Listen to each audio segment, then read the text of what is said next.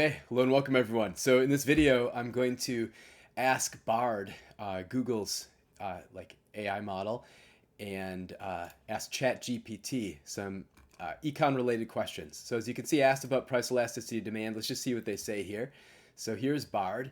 Price elasticity of demand is a measure of how responsive consumers are to changes in the price of a good or service, calculated as a percentage change in quantity demanded, divided by percentage change in price. Yeah, that's right. That's a good definition. Let's see what it says next. So it's going to talk about elastic versus inelastic demand. Good, because that's typically what we're going to be interested in for the breakdown.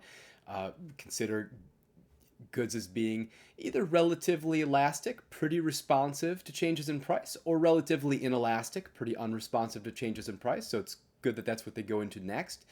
Uh, Hold on, wait a minute. So it says this part's right. So it occurs when a small change in price leads to a large change in quantity demanded. Yeah, that's elastic demand. For example, if the price of gasoline goes up by 10%, people may drive less, which would lead to a large decrease in quantity of gasoline demanded. A couple problems here. Firstly, I mean, usually we think of gasoline as a good where demand is pretty inelastic, pretty unresponsive to price. There's kind of few substitutes for gasoline, especially in the short term. People are just going to kind of tolerate price increases, be pretty insensitive to it. So that's not good because I would have used gasoline as the example for inelastic demand. Also, let's see. Well, okay, so here we've got the other problem is we're talking about a percentage change in price, which is good, but then it just says like maybe a large decrease in quantity demanded. It'd be better if they would have said, though, like conceptually probably incorrect, if they would have said if the price of gasoline goes up by 10% and the quantity demanded goes down by more than 10%. For example, 15% or 20% or something like that. That would lead to a one price elasticity demand of minus 1.5 or minus 2 respectively, if it was a 15% or 20% decrease in quantity demanded. Let's see, inelastic demand occurs when a change in price has little or no effect on quantity demanded. Yeah, relatively unresponsive demand is inelastic, so that's good. For example, if the price of insulin goes up by a lot, people with diabetes will still need to buy it, so quantity demand will not change by very much. Yeah, that's right. That's a pretty good example. We think there's really poor substitutes for insulin, so demand's pretty going to be pretty inelastic, maybe even perfectly inelastic, which would we represent with a vertical demand curve. So that's good. So this is a good example. The gasoline example, not a great example, but insulin is fine. There's a number of factors that can affect price elasticity of demand, availability of substitutes, necessity of the good, time horizon. That's all really good. Yeah, I'm glad they went into that. They said, I asked what is price elasticity of demand. They're going to tell us, well, maybe we care about elastic versus inelastic. And then they talk about factors that could lead to making demand, well, these are the factors that contribute to price elasticity demand. The more substitutes there are, the more elastic demand is. If it's a necessity, demand's probably relatively inelastic. On a short time horizon, demand's going to be more inelastic or less elastic. Let me just check to see what they say here. Substitutes more likely to switch. This make demand more elastic. Yep, that's right. Goods necessity, consumers be less likely to change their consumption. Demand's less elastic. Yeah, that's good. In the short run, demand's less elastic. In the long run, take time to adjust. Yeah, that's good. Price elasticity is an important concept for businesses. Make better decisions. Prices and marketing. Yeah, you care about actually not only is demand for your good elastic or inelastic, you should also care about cross elasticity. So cross elasticity would give percentage change in the price of one good and then the response in terms of quantity demanded of a rival. And so that's usually how it's taught. I always say like it's probably good for the business to know the cross elasticity between its own product offerings. You want to know which of your goods or services customers on average view as like substitutes or close substitutes or complements or close complements, because then you know how your internal pricing dynamics are important. But it's like you can't fault them for not mentioning that here. This is just fine. If business knows demand is elastic, maybe more likely to lower prices in order to increase sales. Yeah, I mean, so that would definitely raise revenue, right? So this is talking about the link between revenue and elasticity. That's good. We typically would cover that in like a principles of econ class. It's an important concept. If demand is elastic, small changes will lead to larger quantity response. Price and quantity both contribute to revenue because revenue is defined as price times quantity. If there's going to be a more proportionally larger change in quantity for the small change in price, you actually lower the price a little, but quantity rises a lot, so revenue goes up. And that's typically how we talk about that concept. So that's good that they mention here, I guess. More likely to raise prices in order to increase profits if demand is inelastic. Yeah, that's right. I mean, matter of fact, there's a conclusion we come to conceptually in like a principles class, and then you can show it rigorously in intermediate micro, that a monopoly is simply not going to produce on the portion of the demand curve that's inelastic. If you draw it out real quick, if you think about the profit maximizing problem for the monopoly, it turns out like you find where marginal revenue crosses marginal cost. Firstly, the problem is the inelastic portion of the demand curve is below the midpoint of the demand curve, and it's gonna lead to a situation where marginal revenue is negative. Also, any crossing of that negative marginal revenue with some marginal cost of any shape is going to lead to a price that's on that portion of the demand curve. I've got videos about that if you cared, but yeah, so that's interesting. What does ChatGPT say?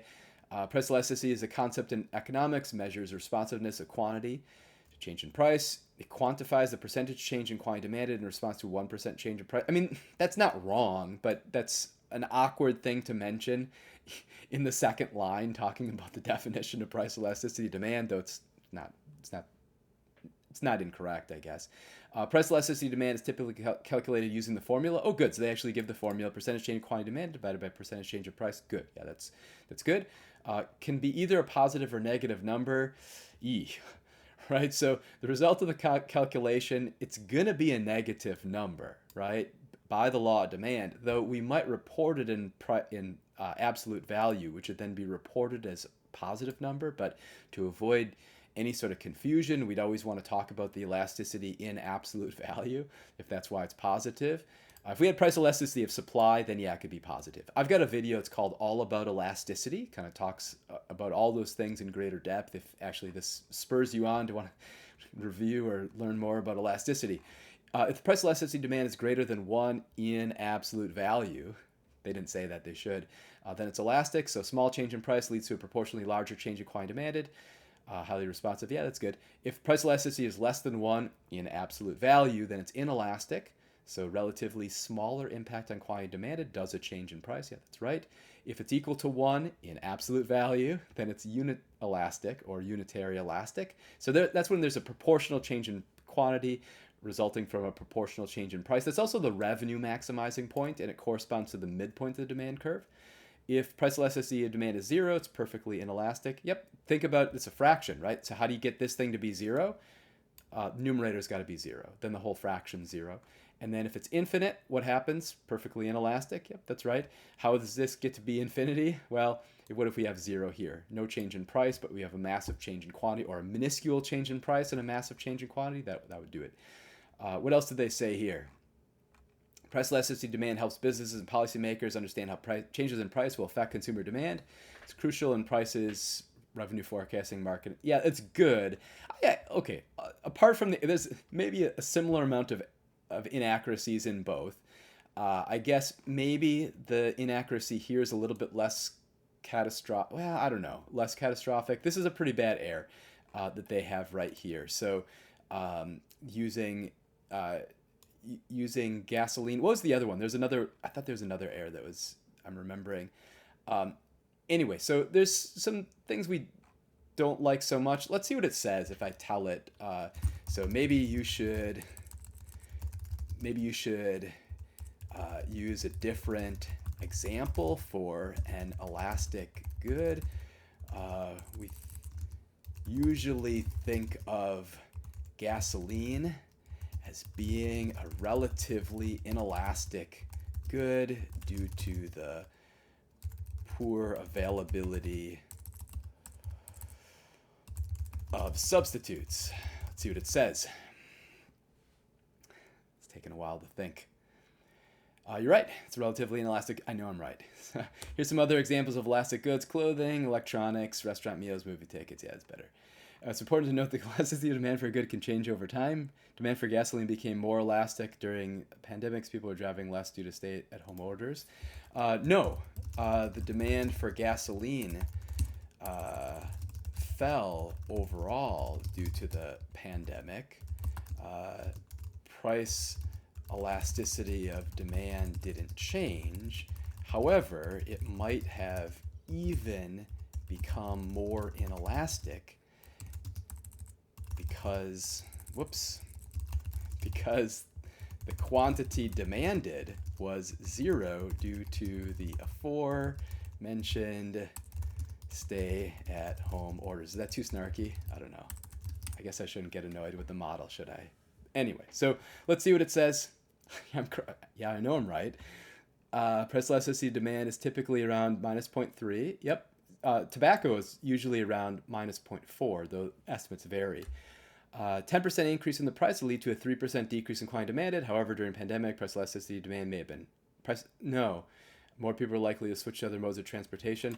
Why would people switch to more public modes of transportation? It's bizarre during pandemic. I don't know. I'm not going to argue with the model. We'll see what it says in a second. Let's see what ChatGPT does for my feedback. I'll say, okay, actually, if you report price elasticity of demand, is this annoying if I read as I type? It's bothering me, sorry. Maybe I won't do that. Maybe you can read what I'm typing. Is actually, if you report price elasticity demand as positive,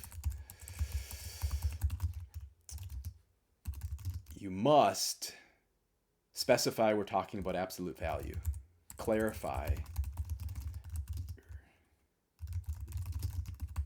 absolute value. When reporting the price elasticity demand as a positive number, it's understood the absolute value is being used. Well, is it understood? I mean, we don't want to just assume it. We probably want to say it because otherwise there's going to be some confusion. Absolute value ensures that it focuses on magnitude. Yep, that's right. In practical terms, we cannot just understand that the absolute value is being used. We must explicitly state this to avoid confusion, especially when someone is asking what price elasticity of demand is in the first place. Is that annoying? I think that's being a little bit obnoxious, I get. Oversight, yeah, it's indeed crucial. Okay. Potential of confusion, yeah. Okay, very good. Very good. It's kind of like when texting first became a thing, and you'd realize like people who are now my age would text and then they'd sign it like, you know, they'd sign it like their name, like, I don't know, like love dad or mom or whatever. I don't know. So maybe that's how students seeing this would kind of think of how I'm interacting this model. Hopefully not. I don't know. Okay, so what did it say? There are many reasons that pipe modes of transport. No. But specifically during the pandemic, people were discouraged from being in close confines with other people, such as occurs while using public transportation.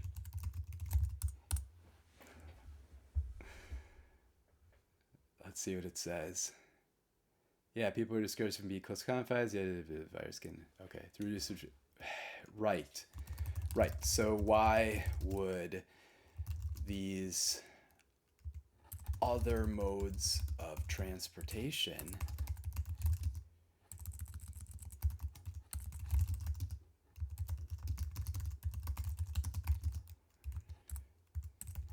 gas-powered vehicles? If anything, there were even worse substitutes for gas-powered vehicles during the pandemic. We'll see. I don't know. Will it back off? ChatGPT backed off pretty quick. No.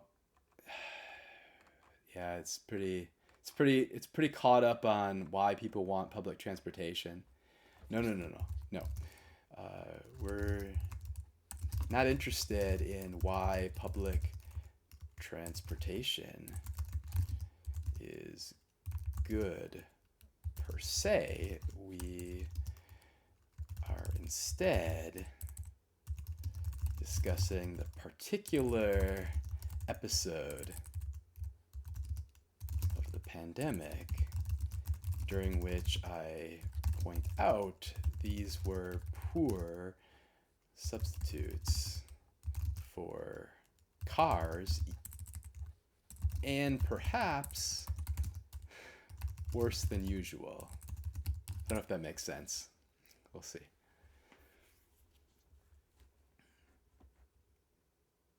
All right, I'm bored already, so let's see. Poor substitute pandemic, yeah, all right. Yes. Therefore, price elasticity of demand for gasoline probably lowered. Demand became more inelastic. Well, will it agree? I don't know.